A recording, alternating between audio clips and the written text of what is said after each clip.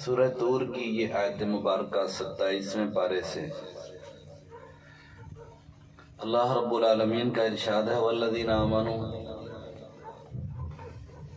واتبعتہم ذریتہم بایمان، وہ ایمان والے لوگ جو فوت ہوئے اور اپنی قبروں میں ہیں، ان کے بعد ان کی اولاد، ان کے بچے بھی ایمان لائے۔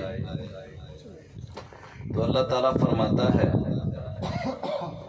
جب یہ ان کے بچے اور بعد والے لوگ فوت ہوں گے، الحقنا بہم ذریتہم، تو ہم ان بچوں کو، ان کی اولاد کو ان کے ماں باپ کے ساتھ ملا دیں گے۔ اللہ اکبر۔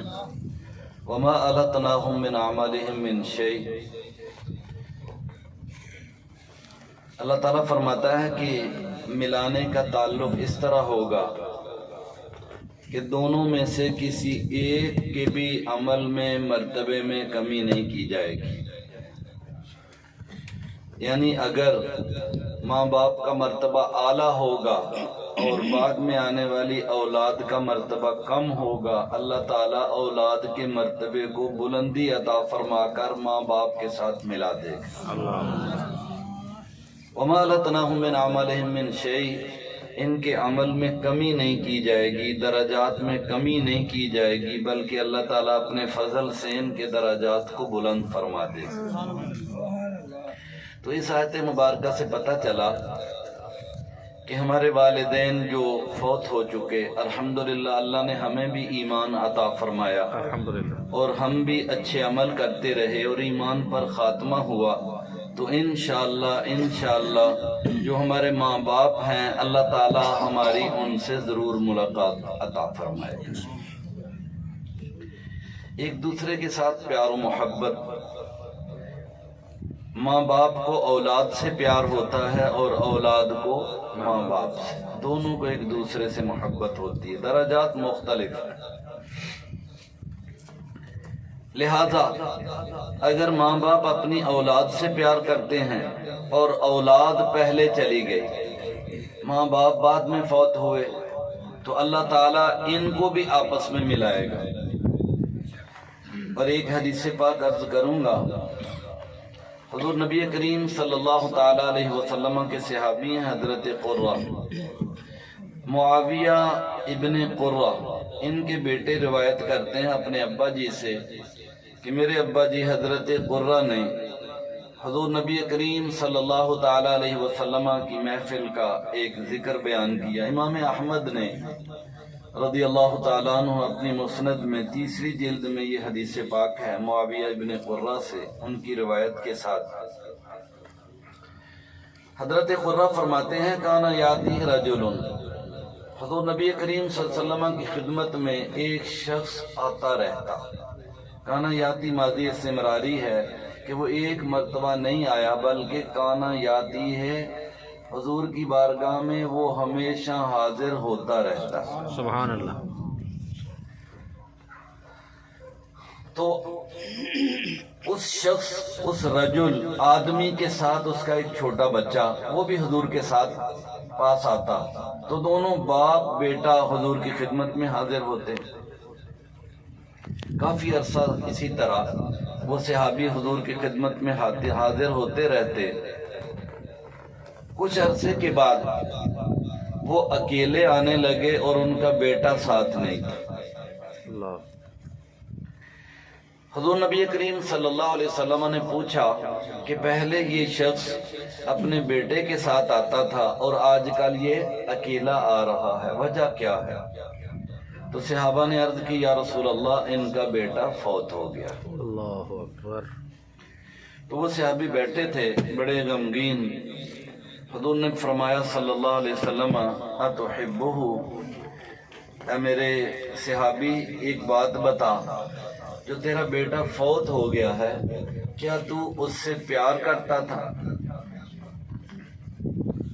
تو انہوں نے بڑا عمدہ جواب دیا، یہ نہیں کہا نام یا رسول اللہ ہاں احبہ، میں ان سے پیار کرتا تھا، نہیں، انہوں نے ایک عجیب جملہ تشبیہ کا دیا، عرض کی یا رسول اللہ احبک اللہ کما احبہ، اللہ اللہ کرے کہ اللہ آپ کا رب آپ سے ایسی ہی محبت کرے جیسے مجھے اپنے بیٹے کے ساتھ۔ واہ واہ واہ واہ، تو اس جواب پر حضور نبی کریم صلی اللہ علیہ وسلم بڑے خوش ہوئے۔ اللہ اکبر، تو پھر حضور نے انہیں ایک خوشخبری سنائی۔ سبحان اللہ، حضور نبی کریم صلی اللہ علیہ وسلم نے فرمایا، سن، تو اپنے بیٹے سے پیار کرتا تھا، آج تیرا بیٹا تیرے پاس نہیں ہے،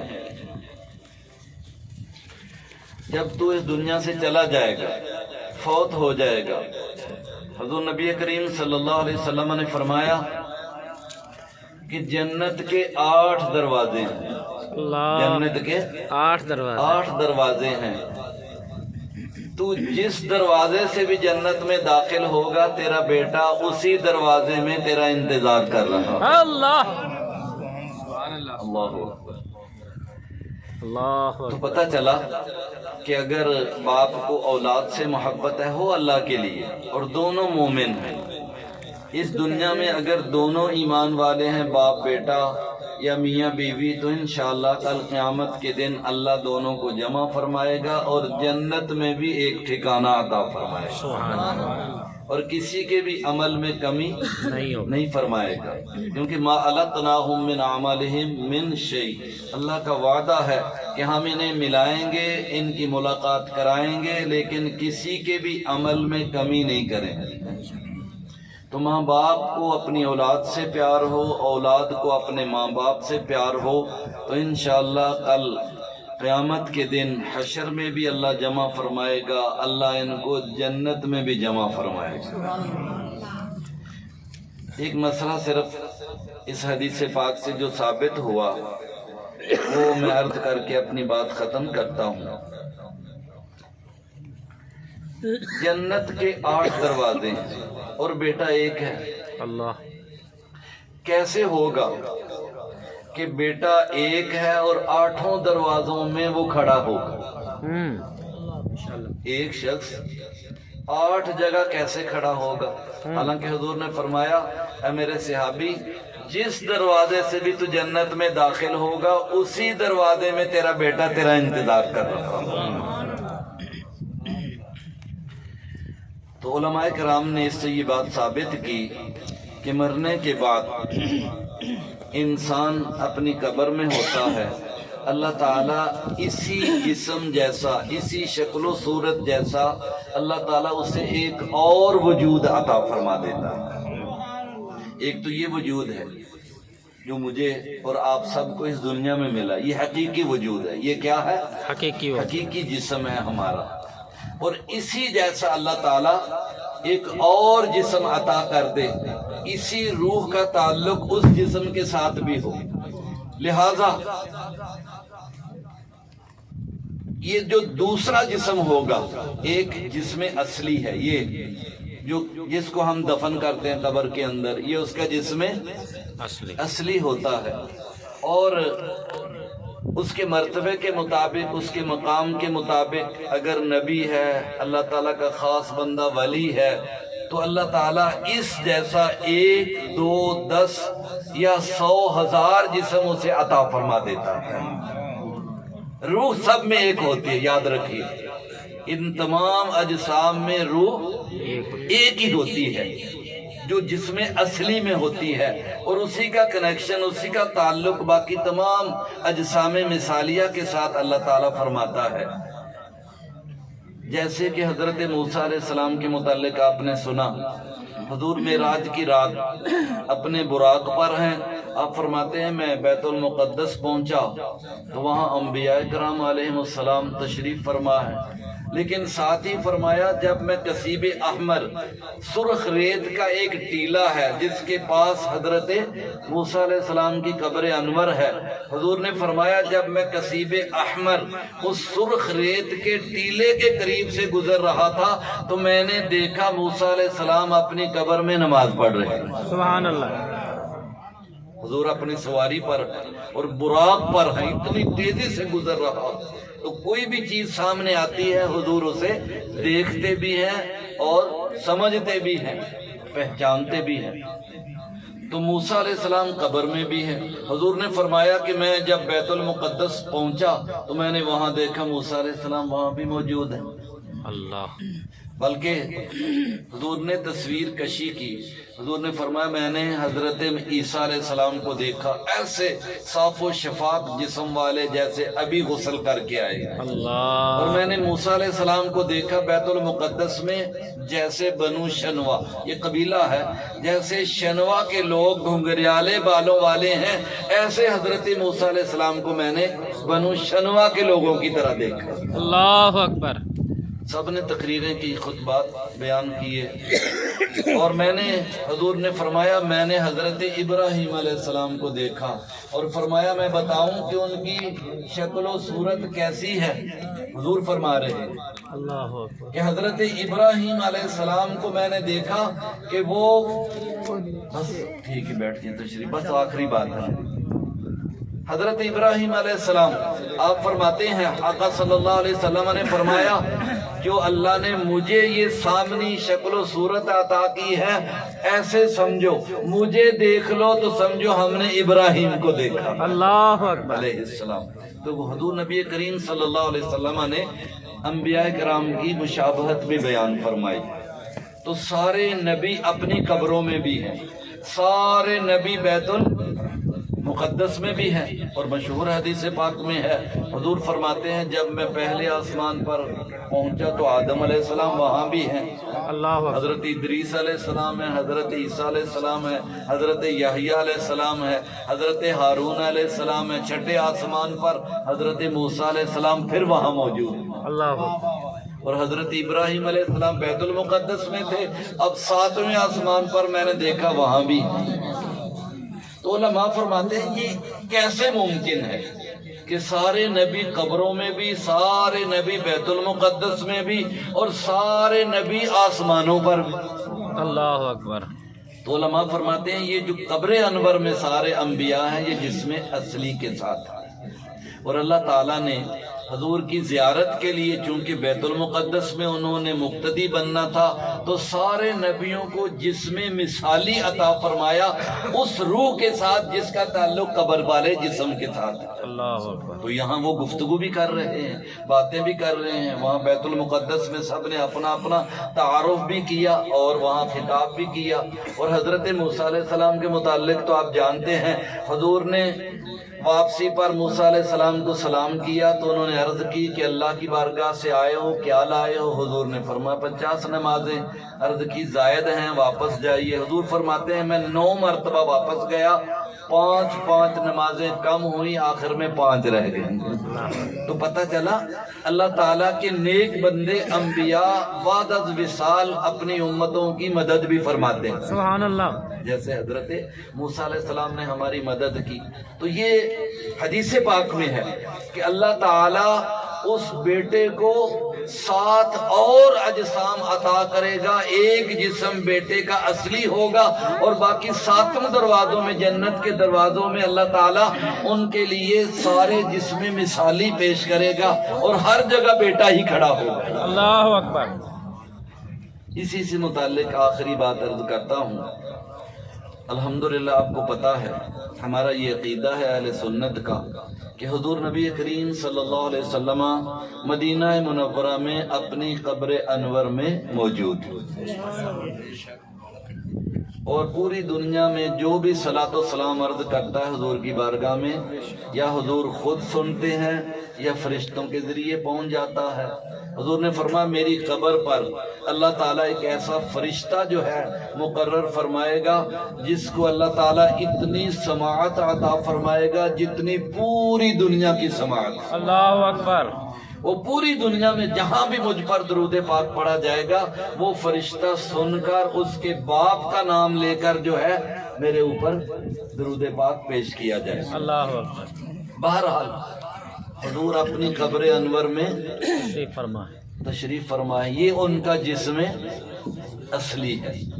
اب حضور نبی کریم صلی اللہ علیہ وسلم آپ نے دیکھا کہ آقا صلی اللہ علیہ وسلم حضرت امام جلال الدین سیوطی کے پاس آئے اور کئی مرتبہ امام جلال الدین سیوطی نے حضور کی زیارت کی. حضور غوث پاک نے بھی جاگتے ہوئے حضور کی زیارت کی، اور حضرت امام بصیری فرماتے ہیں خواب میں حضور میرے ساتھ پاس تشریف لائے اور مجھے چادر بھی عنایت کی، اپنے اوپر سے چادر جو اوڑھی ہوئی تھی وہ اتار کر میرے جسم کے اوپر ڈال دی، اور صبح پتہ چلا کہ یہ خواب ایسے ہی خواب نہیں تھی، حقیقتاً حضور ہی تشریف لائے تھے، اور یہ چادر بتا رہی ہے کہ حضور نے اپنے اوپر سے اتار کر دی تھی۔ اللہ اکبر۔ نعرہ تکبیر، نعرہ رسالت، نعرہ حیدری، شان مصطفیٰ، شان اہل بیت۔ اسی طرح حضور نبی کریم صلی اللہ علیہ وسلم اپنے غلاموں کے گھر تشریف لاتے ہیں، اور بخاری شریف کی جو حدیث پاک ہے آپ سنتے رہتے ہیں۔ حضور نبی کریم صلی اللہ تعالی علیہ وسلم نے فرمایا اے انکم ستفتنون بی فی القبور، اے لوگو اب اس دنیا میں ہو، تمہارا وقت ختم ہوگا، موت آئے گی، پھر تمہیں قبروں میں دفن کیا جائے گا، اور قبر کے اندر سب سے بڑا امتحان میری وجہ سے ہو۔ اللہ اکبر۔ پوری دنیا کے اندر چاہے کوئی کافر ہے، کوئی منافق ہے، کوئی فاسق ہے، کوئی فاجر ہے، کوئی ظاہری ایمان والا ہے، کوئی سچا مومن ہے، کوئی ولی کامل ہے، جتنے بھی لوگ فوت ہوتے ہیں امتحان کے لیے حضور نبی کریم صلی اللہ تعالی علیہ وسلم کے جسم مثالی کو ہر قبر کے اندر پیش کیا جاتا ہے، اور سوال ہوتا ہے ما كنت تقول فی ھذا الرجل، اے مرنے والے ان کی طرف دیکھ، یہ جو تیرے سامنے خوبصورت شکل میں ہے ان کے متعلق تو دنیا میں کیا کیا کہا کرتا تھا۔ اللہ اکبر۔ تو گویا ہر قبر کے اندر حضور تشریف لائیں گے، مومن کی قبروں میں تو سبحان اللہ سبحان اللہ، لیکن منافق اور کافروں کے لیے امتحان بن کر تشریف لائیں گے۔ تو یہ بخاری میں ہے حاضر رجل ما كنت تقول فی حق حاضر رجل، جو لفظ حاضہ ہے یہ محسوس مبصر کے لیے آتا ہے، اس ذات کے لیے، اس شخص کے لیے کہ جو انسان کے اتنا قریب ہو کہ انسان ہاتھ آگے کر کے اس کو پکڑ لے، اللہ اکبر، آنکھوں سے دیکھے بھی اور ہاتھ سے پکڑے گا، اسی کا معنی حاضر ہو ناظر ہے۔ واہ واہ، حضور نبی کریم صلی اللہ تعالی علیہ وسلم ہر قبر کے اندر اپنے جسم مثالی، جسم اصلی حضور کا مدینہ منورہ میں ہے، لیکن جسم مثالی ہر قبر میں امتحان کے لیے، چونکہ اللہ نے امتحان لینا ہے تو اس کے لیے اللہ تعالیٰ نے آپ کو پتہ نہیں کروڑا کتنے لوگ روزانہ فوت ہوتے ہیں، ہر قبر میں حضور نبی کریم صلی اللہ علیہ وسلم کا جسم مثالی پیش کیا جاتا ہے، اور اس جسم مثالی کے ساتھ مدینہ منورہ والا جو جسم اصلی ہے اس کی روح کا تعلق قائم ہوتا ہے، اللہ، اور اس جسم کے ساتھ جو ہے یہ نور کا جسم ہوتا ہے، یاد رکھیے یہ کیا ہے؟ نور کا جسم ہوتا ہے، اس نور کے جسم میں سایہ نہیں ہوتا، یاد رکھیے۔ واہ واہ، حضور کا تو ویسے بھی دنیا میں سایہ نہیں تھا کیونکہ لطیف تھے، اور اس طرح انبیاء کرام علیہ السلام، حضرت خواجہ عبدالعزیز دباغ رحمۃ اللہ تعالی علیہ فرماتے ہیں کہ ہر روز غار حرا کے اندر اولیاء کاملین کا اجلاس ہوتا ہے، کبھی کبھی اس کی صدارت حضور نبی کریم صلی اللہ علیہ وسلم کرتے ہیں۔ اللہ اکبر۔ تو آپ فرماتے ہیں کبھی کبھی اجلاس اتنا لمبا ہوتا ہے کہ سورج طلوع ہو جاتا ہے، پھر جب اجلاس برخاست ہوتا ہے تو میں باقی اولیاء کاملین جو تشریف لائے ہوتے ہیں ان کو دیکھتا ہوں کہ جو سائے والے ہوتے ہیں اس کا مطلب ہے کہ وہ حاضر موجود ہیں، اور جو جسم مثالی کے ساتھ ہوتے ہیں ان کا سایہ نہیں ہوتا ہے۔ اتنی بڑی بات۔ بہرحال حضور نبی کریم صلی اللہ تعالی علیہ وسلم مدینہ منورہ تشریف فرما ہے، پوری دنیا کے مخلصین کا خود درود پاک سنتے ہیں، جمعے کے دن جو بھی حضور کی بارگاہ میں درود پاک پڑھا جاتا ہے آقا صلی اللہ علیہ وسلم اسے سماعت فرماتے ہیں، اور ادب کے لیے فرشتے بھی پیش کرتے ہیں، سیاحین فرشتے پوری دنیا کے اندر محفلوں میں، آج یہ محفل سجی ہے تو یاد رکھیے ہر محفل میں فرشتے ہوتے ہیں. اللہ ہم نہیں دیکھ سکتے، جیسے ہمارے کرامن کاتبین ہیں اور مجلسی فرشتے ہیں، یہ سیاحین ہیں، دن والے اور ہیں، رات والے اور ہوتے ہیں. تو حضور کی بارگاہ میں یہ ہمارا درود و سلام ادب کے ساتھ پیش کرتے ہیں. لہذا حضور نبی کریم صلی اللہ تعالی علیہ وسلم پوری کائنات کو ملاحظہ فرما رہے ہیں، اور ہر ایمان والے کا تعلق دل کے ساتھ حضور کے قلب اطہر کے ساتھ ہے، اور حضور کے قلب اطہر میں نور کی شعائیں نکلتی ہیں جو ہر ایمان والے کے دل کے ساتھ جا کر ملتی ہیں. اسی کے صدقے میں ہمیں ایمان نصیب ہوتا ہے. سبحان اللہ. اگر ایک لمحے کے لیے بھی حضور کا تعلق ایمان والوں کے ساتھ جدا ہو جائے تو بندہ مرتد ہو جاتا ہے. اللہ معاف فرمائے.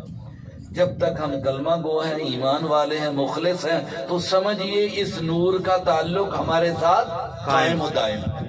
اللہ اسے ہمیشہ قائم و دائم فرمائے. اللہ خاتمہ بالخیر و بالایمان فرمائے. اللہ تعالی ہم سب جن کے ماں باپ زندہ ہیں خدمت کی توفیق عطا فرمائے، جن کے فوت شدہ ہیں ان کی قبروں کی زیارت کی توفیق عطا فرمائے. اللہ تعالی چشتی کے والدین ان کی جو ہے قبروں میں اللہ نور عطا فرمائے. آمین. اللہ تعالیٰ ان کی مغفرت و بخشش فرمائے. اللہ میری اور آپ سب کی حاضری کو قبول فرمائے. وآخر دعوانا ان الحمدللہ.